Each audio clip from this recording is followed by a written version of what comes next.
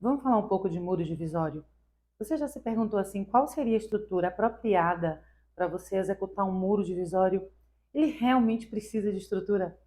Eu vou colocar aqui um pedacinho de um vídeo que eu peguei na internet, de um carro batendo no muro e o muro tombando. O muro não tinha absolutamente nenhuma estrutura.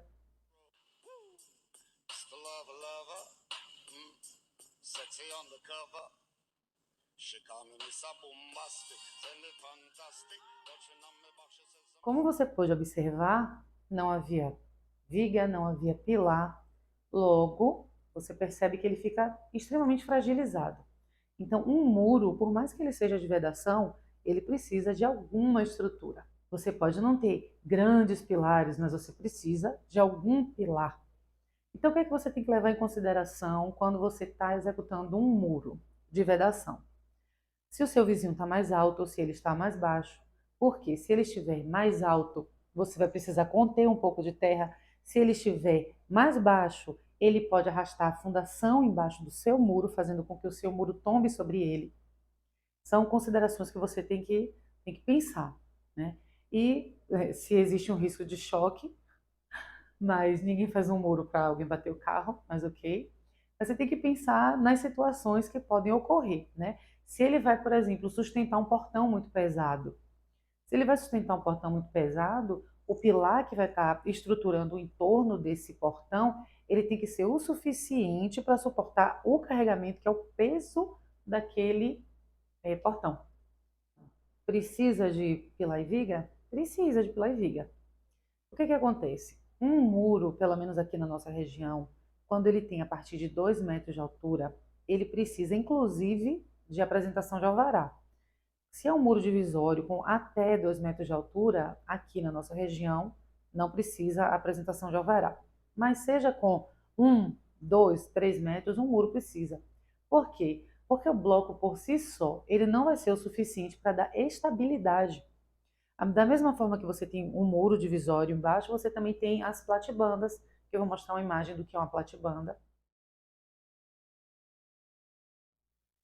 Então, imagine uma platibanda sem nenhuma estruturação, sem pilares, sem uma viga de amarração.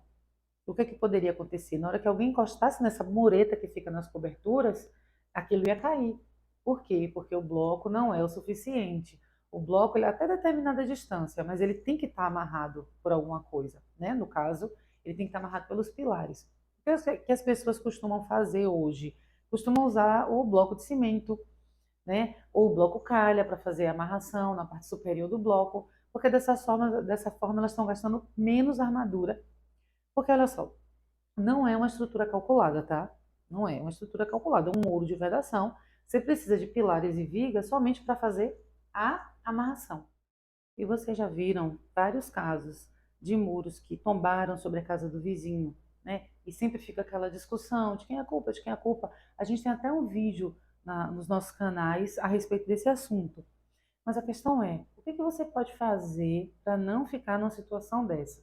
Para o seu muro não cair? Seja pelo choque de um veículo, seja é, por alguém, por exemplo, encostar areia. Já vi isso, o muro ficar meio que tombado porque veio um caminhão, encostou material de obra e o muro não estava estruturado, ele fica meio tombado e pode cair, né? Ou pior, o muro não era de contenção e de repente enche de terra e a partir de agora ele está tendo que conter um monte de terra. Como é que você faz? Primeira coisa, você tem que definir para que é esse muro. Ele é realmente divisório? Se for divisório, sim. Você vai tratar da forma mais simples possível, né? Sem riscos. Estou aqui no terreno plano, meu vizinho, tudo no mesmo nível, tudo certinho, beleza. Agora, a partir do momento que você verificar a possibilidade do seu vizinho cavar mais, porque o terreno dele já é um pouco mais baixo, aí quando ele for nivelar vai descer mais. Você precisa prestar atenção na questão do nível de implantação da fundação, né? Então, você tem que prestar atenção na questão do nivelamento e do carregamento. Eu já vejo gente também pegar, às vezes, um muro que era divisório, complementar a altura. Ah, não, porque agora o meu vizinho subiu a casa dele e está me incomodando, ele olhando para dentro do meu lote. Ah, agora eu vou só pegar aqui esse pilarzinho que já estava aqui e vou subir a altura dele. Já vi. Pode acontecer de cair. Ele não foi feito para aquele carregamento. Na verdade, não foi feito para carregamento nenhum. Ele foi feito para, no máximo, segurar a parede para que ela não venha ceder, lateralmente. Então, ela não foi projetado.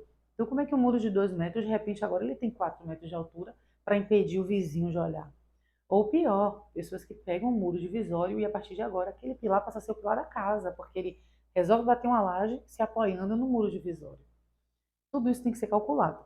Então, a primeira análise é: para que vai servir realmente esse muro? É divisório? Pronto. Se for divisório, sem função de contenção, então é um muro muito simples, com essas estruturas comuns que o pessoal da Gerdau vende, já vende a armadura pronta, né? Tanto para viga como para pilar. É muito fácil de resolver.